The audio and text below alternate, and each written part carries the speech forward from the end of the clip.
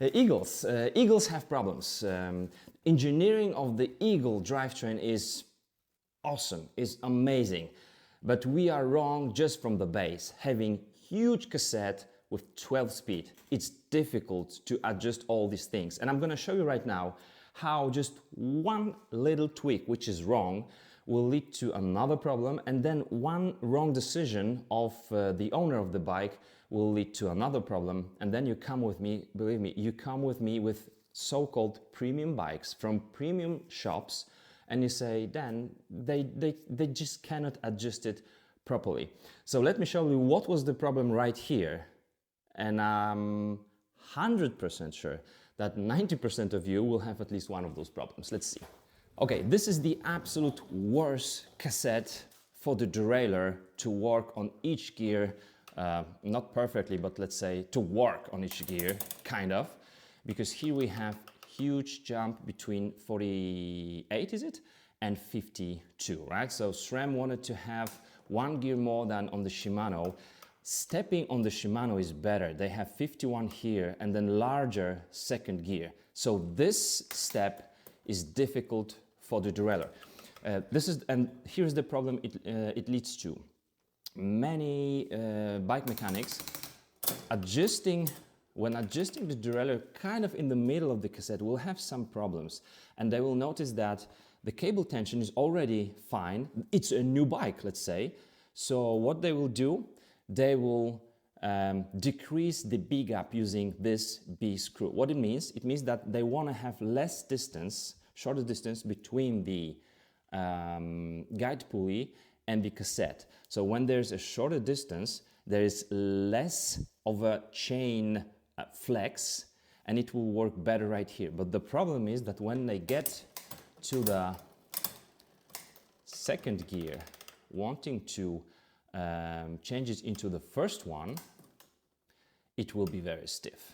But they say, okay, it's stiff, but it works, so just let us leave it like that, because we want to work it kind of, not the perfect, but kind of work on all these sprockets. So this is the problem.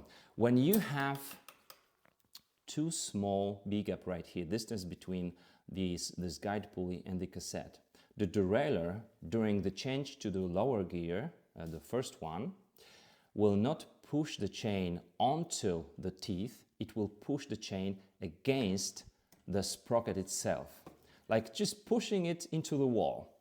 It will finally change the gear, especially because of pretty deep shifting ramps here on the first gear, but this derailleur will be able to bend your derailleur hanger. I am 100% sure when you are racing marathon or just uphilling, you don't even know, you don't even imagine how much force you have now in your legs from the second gear. And then you push it into the first one, and of course you pedal, because this is the steepest part of the mountain you are riding on, right? This is the first gear. So making it better in the middle can actually destroy your derailleur hanger when shifting from second to first. Okay, the second thing that was wrong on this bike is that the owner of the bike has replaced the chain, and the chain was a little too short. Let me show you what happens when the chain is too short. I'm gonna just go, let's say here, and let's say I'm shortening the chain. Okay, the chain is shorter. What happens to the derailleur? The tension pulley goes down, but the upper pulley also goes away, further away from the cassette. And when you go further away from the cassette, yes, you guessed it right, you're not going to have problems right here, second, third, first, second, third, but in the middle, maybe even closer to those smaller cogs, maybe 9th, 10th gear. If you have problems here, that's probably because you also didn't have the right length of the chain. And remember, if you're on the full suspension bike, you will measure the chain when your suspension is squeezed, and you will measure your B gap when the suspension is in the sag. So that's very important. Here we have maybe one link to too little. The other problem is this is not the derailleur, this is my new GX derailleur.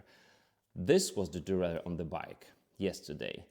The owner has replaced the cage. Our influencers will often say on YouTube that replacing the cage with the wheels, with the jockey wheels which are larger, will save you some watts because the chain doesn't have to make that turn, that tight turn here. But this jockey wheel has 14 teeth, this one has 16. So what did the owner of the bike did? He shortened the chain even further, right? So the derailleur was opened even further. And so the problems I found here is that there was a wrong B-gap. It was too small because you couldn't really shift in the middle of the cassette, and then the hanger was bent. So these were the main problems just because of first wrong B-gap adjustment to start off, and then having too short of a chain. And the diagnostic procedure I'm preparing for you in the free bike service school, it will be the next lesson, the next video on this channel coming next week. You will have step-by-step diagnostic procedure. If you do it step by step, it's impossible for you not to diagnose the problem with your Eagle. And yes, I've also noticed that some of you just gave up and went for the AXS, and you're coming back with the AXS also. So we are focusing on the mechanical right here. I will do some AXS and transmission video in the future, but this is what's coming in the free bike service school. Yeah, 1/12 must be tweaked with the precision and according to the manual. Many workshops don't do it, and most of the bike owners have no idea how to do it. This is it. Thanks for watching. See ya.